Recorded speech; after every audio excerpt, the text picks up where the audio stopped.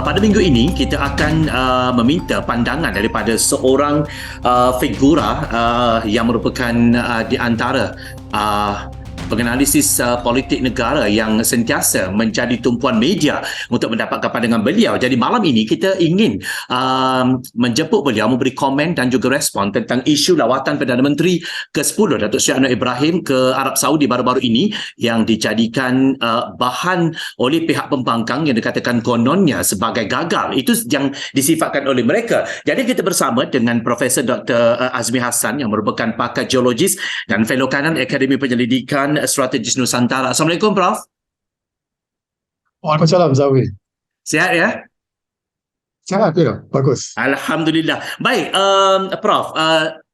Secara santainya lah, Prof. Apa respon Prof tentang dikatakan justifikasi pembangkang yang mengatakan bahawa lawatan Perdana Menteri ke-10 Datuk Seri Anwar Ibrahim ke Arab Saudi ni dikatakan membazir duit rakyat dan juga dikatakan juga sebenarnya hanya lawatan biasa sahaja ataupun makan angin semata-mata.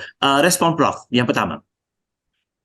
Ya, persepsi mereka adalah apabila tidak berjumpa dengan ketua negara Arab Saudi sama ada Raja Salman ataupun Putera Mahkota Muhammad Salman, itu mereka pihak pembangkang mengatakan ianya sebagai gagal. Tapi kalau kita lihat agenda lawatan tersebut termasuk ekonomi dan juga geopolitik, sebenarnya jadi yang menjadi gagalnya, yang menjadi pembangkang mengatakan lawatan itu membazir. Prof. Ya. Minta maaf. Kita punya internet kita unstable. Sekejap, daripada kami, Prof. Maaf.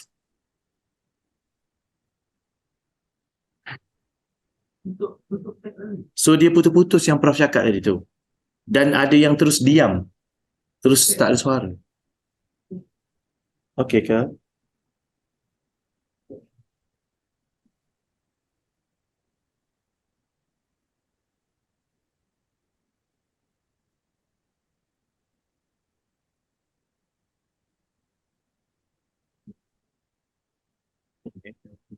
Boleh? Okey. Prof, minta maaf Prof. Boleh Prof jawab semula soalan saya tadi untuk kita rekod semula, boleh? Okay, boleh, no problem. Dia bukan belah saya, internet saya. Belah kami. Maaf. Okey, silakan Prof. Jawapan terus. Ya, betul. Pihak mengatakan ianya gagal kerana mereka menyaksikan tiada pertemuan di antara Datuk Seri Anwar dengan ketua negara sama ada Raja Salman ataupun Putera Mahkota. Tapi kalau kita lihat agenda yang terperinci, ekonomi, geopolitik, Datuk Seri Anwar ada berbincang dengan OIC, dengan Liga Islam, dengan Bank IDB umpamanya. Jadi itu agenda pentingnya, agenda utama lawatan. Tetapi pihak pembangkang cuba menarik perhatian, memberi persepsi bahawa Raja Salman ataupun Putera Mahkota tidak mahu berjumpa dengan Perdana Menteri. Sebab itu mereka mengatakan membazir dan juga gagal. Baik Prof, kalau dikatakan indikator yang digunakan oleh pembangkang adalah apabila bertemu dengan Putera Mahkota ataupun bertemu dengan Raja Salman sendiri merupakan satu kejayaan. Jadi apa sebenarnya indikator kejayaan lawatan rasmi seseorang Perdana Menteri pada pandangan mereka sebagai pembangkang, Prof? Itu yang sebenarnya yang rakyat persoalkan setakat ini. Tidak semestinya. Kalau kita lihat apa yang berlaku sebelum-sebelum ni, memang betul lah. Lawatan ketua sebuah negara mesti berjumpa dengan ketua negara lain. Itu memang indikatornya. Tapi kita lihat objektif lawatannya apa. Tapi sebenarnya jadual pertemuan sama ada dengan Raja Salman dengan Putera Mahkota tu dah ada. Cuma di masa-masa terakhir terpaksa dibatalkan kerana bulan Ramadan. Kerana itu adalah minggu pertama bulan Ramadan. Dan diminta supaya dipanjangkan 2 hari supaya dapat bertemu dengan Raja Salman. Tapi hakikatnya lah, kalau Perdana Menteri mahu menjadi populis, mahu juga berjumpa dengan Raja Salman, pasti beliau akan memanjangkan 2 hari. Tapi bila memanjangkan 2 hari, akan terbantut. Paling pertama adalah bukan Kemboja. Saya tak risau Kemboja. Tapi lawatan Perdana Menteri ke Beijing. Itu lebih penting. So, macam inilah dikatakan kalau nak bising-bising pasal lawatan Perdana Menteri ni, kalaulah semasa lawatan Perdana Menteri ke Beijing nanti tidak dapat berjumpa dengan Presiden katakan Xi Jinping ataupun sekurang-kurangnya Perdana Menteri Li Qiang, itu kalau nak bising boleh. Kerana agendanya memerlukan pertemuan dua mata ataupun empat mata kedua-dua pemimpin.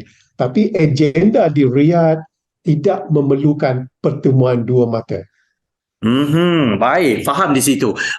Pembangkang Prof apabila mengatakan bahawa Anwar ini gagal kerana tidak dapat berjumpa dengan orang yang sepatutnya di Arab Saudi, dan sedangkan keputusan dibuat oleh Perdana Menteri adalah kerana pada masa yang sama ada program lain termasuk majlis berbuka puasa bersama dengan Yang di-Pertuan Agong yang dijadualkan pada 25 Mac. Ramai juga yang memberi pandangan bahawa kalau sekiranya Anwar membatalkan ataupun tidak hadir kepada majlis berbuka puasa itu, mungkin pembangkang juga akan melakukan satu tomahan yang mengatakan bahawa Anwar sebagai Perdana Menteri yang derhaka, yang tidak yang tidak memenuhi jemputan Yang di-Pertuan Agong. Respon Prof di situ bagaimana? Ya, tepat sekali, kerana ini boleh jadikan sebagai senjata oleh pihak pembangkang. Walaupun isu ini nampak kecil, tapi majlis berbuka puasa itu dengan Yang di-Pertuan Agong dan lawatan ke Riyadh itu dah habis tempoh masanya. Cuma dipanjangkan 2 hari supaya dapat berjumpa dengan Raja Salman. Tapi sebab itu saya katakan sebelum ini, Anwar tidak mengambil pendekatan populis. Kalau dikatakan nak menjadi popular, dia akan tangguhkan hingga 2 hari. Kerana dilihat bahawa majlis berbuka puasa itu sama ada ataupun tidak, Perdana Menteri tetap akan berjalan. Tapi macam inilah saya melihat kenapa Datuk Seri Anwar tidak memanjangkan 2 hari lagi, menangguhkan 2 hari, kerana bukan majlis buka puasa. Saya tidak melihat itu kritikal, ataupun lawatan ke Kemboja semalam. Saya sebut sekali lagi, lawatan ke China selama 3 hari nanti. Itu adalah kritikal dan penting bagi negara kita. Sebab itu dikatakan tidak dipanjangkan 2 hari di Riyadh. Ya, baik. Kalau benar dikatakan bahawa lawatan rasmi Perdana Menteri ke Arab Saudi ini dikatakan gagal, saya difahamkan bahawa kedatangan beliau dijemput khas oleh Arab Saudi dan juga rombongan itu mendapat layanan yang sangat istimewa daripada pihak istana Diraja Arab Saudi. Jadi di sini kalau Prof melihat secara surface-nya, kenapa pembangkang memilih untuk mengatakan bahawa ianya gagal? Apa motif sebenarnya? Adakah untuk dibandingkan dengan Muhyiddin Yassin atau bagaimana? Iya, sikit nak bandingkan dengan Tan Sri Muhyiddin Yassin. Tapi bagi saya, benchmark keakraban di antara pemimpin Malaysia dengan Arab Saudi bukan Tan Sri Muhyiddin, bukan Datuk Seri Ismail Sabri, dan bukan lagi Tun Dr. Mahathir, tapi Datuk Seri Najib Razak. Itu benchmarknya. Nak sampai ke benchmark Datuk Seri Najib memang payah. Tapi hakikatnya mereka menggunakan isu ini untuk politik tempatan. Terutama sekali untuk menggambarkan Datuk Seri Anwar itu tidak dihormati oleh pemimpin Arab Saudi. Dan di mata pengundi Islam Melayu, ini penting. Amat penting persepsi ini. Sebab itu pembangkang dikatakan mengatakan ia gagal.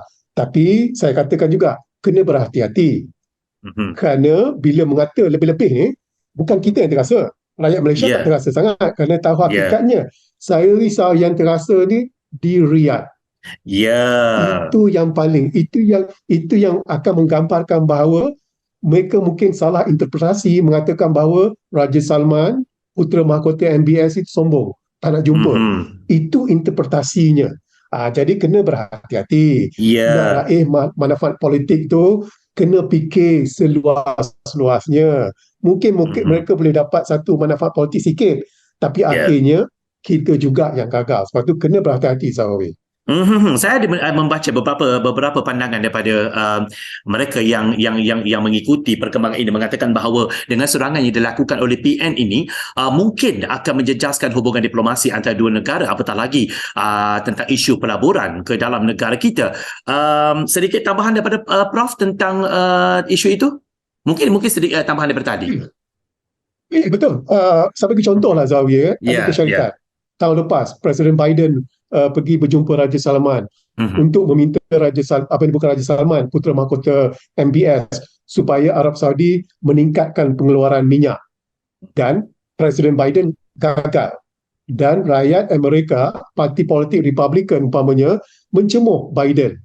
Dalam mereka mencemuh Biden ini, dia sampai kepada Riyadh, kepada Putera Mahkota MBS. Dan kita lihat Arab Saudi sekarang, ke mana arah mereka? Sikit-sikit dah renggang dengan Amerika Syarikat. Dulu memang rapat, sekarang dengan Rusia, dengan China. Itu kuasa besar bagi Amerika, mungkin tak terasa kesannya. Jadi bagi kita lah Zawi, kalau tempias tu sampai ke Riyadh, maka kesan kepada kita akan menjadi lebih berat. Jadi ini yang kita bimbangkan, bukan saja pelaburan, tetapi juga dalam hal geopolitik negara Islam. Baik, kalau kita lihat Prof di sini dalam masa begitu singkat Perdana Menteri lawatannya ke Arab Saudi di samping menunaikan umrah di awal Ramadan, mengadakan pertemuan dengan OIC dan juga Liga Muslim Dunia di Mekah, dan juga menyaksikan pemeteraian 3 MOU dengan rakan-rakan dagang di sana, dan juga mendengar taklimat perniagaan Malaysia mengenai penglibatan meluas tentang bandar futuristik di sana, dan juga membincangkan isu-isu Islam yang melanda dunia pada ketika ini.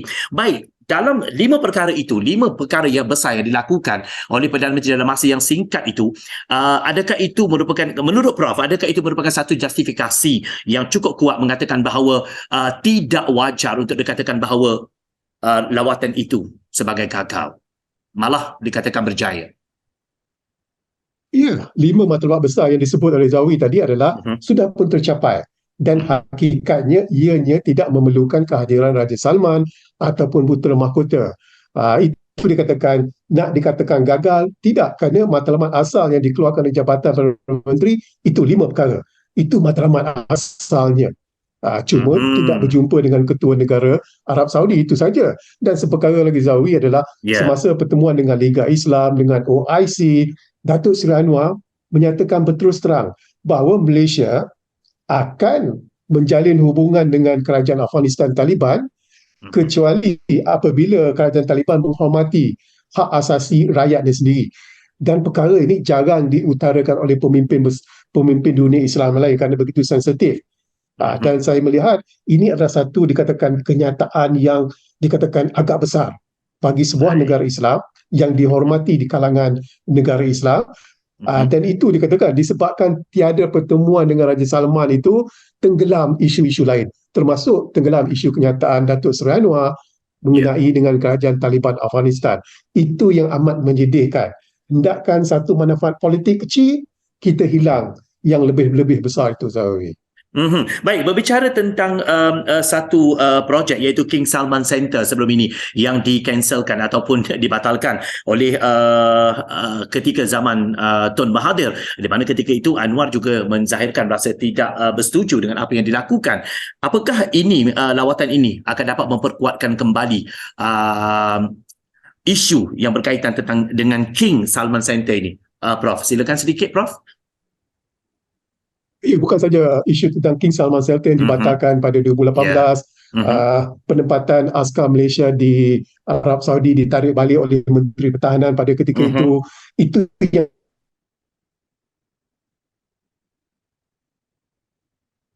menyatakan bahawa beliau sedang bersedia berbincang tentang apa yang dikatakan King Salman Center ini. Baik. Putus tadi saya tengok. Maksudnya putus. Okey ke? Okey, Prof. Saya Prof jawab sekali lagi soalan itu boleh, Prof? Sorry, Prof. Boleh Ya. Baik. Ya, tepat sekali bahawa bukan saja King Salman Center dibatalkan pada 2018, tetapi juga penarikan askar-askar kita yang ditempatkan di Riyadh kerana kononnya terlibat dalam perang Yemen. Tapi dalam hal ini, Datuk Seri Anwar menyatakan dalam hal King Salman Center, beliau sedia berunding untuk dikatakan menghidupkan kembali King Salman Center ini. Kerana keputusan yang dibuat semasa 2018 Datuk Seri Anwar bukan sebahagian daripada kerajaan. Betul. Bukan dalam jemaah menteri. Jadi beliau tak terbabit dalam isu ini. Dan beliau menyatakan bahawa beliau bersudi untuk menghidupkan kembali, tapi berbincang dengan Riyadh lebih dahulu. Baik, respon terakhir daripada Prof. Apa yang Prof ingin katakan kepada seluruh rakyat Malaysia, khususnya pembangkang yang memainkan isu ini, mempolitikkan isu ini sehingga melibatkan dasar hubungan luar negara yang tidak berapa best lah kalau kita lihat. Respon terakhir Prof. Silakan. Ya betul tu. Ahli politik kita dalam mereka untuk mendapatkan manfaat politik, terutama sekali menjelang pilihan raya negeri ini, kerana pengundi Melayu itu adalah penting, Ya. berhati-hatilah. Kita kena lihat dikatakan situasi yang lebih besar. Kita tak mahu bila Riyadh mendengar kecoh-kecoh ini seolah-olah mengatakan pemimpin mereka, mengata pemimpin Raja Salman, mengata Putera Mahkota MBS. Akhirnya kalau mereka mengambil tindakan dan tindakan mereka ambil itu senyap-senyap, bukan secara dikatakan secara tersurat tapi secara tersirat, yang akhirnya bukan saja kita rugi tapi negara Islam keseluruhannya akan rugi. Baik, terima kasih Prof untuk respon Prof dalam episod kali ini untuk isu yang kita berbincangkan pada malam ini. Selamat maju jaya Prof. Terima kasih, kita jumpa lagi insya-Allah. Okay, insya-Allah. Terima kasih.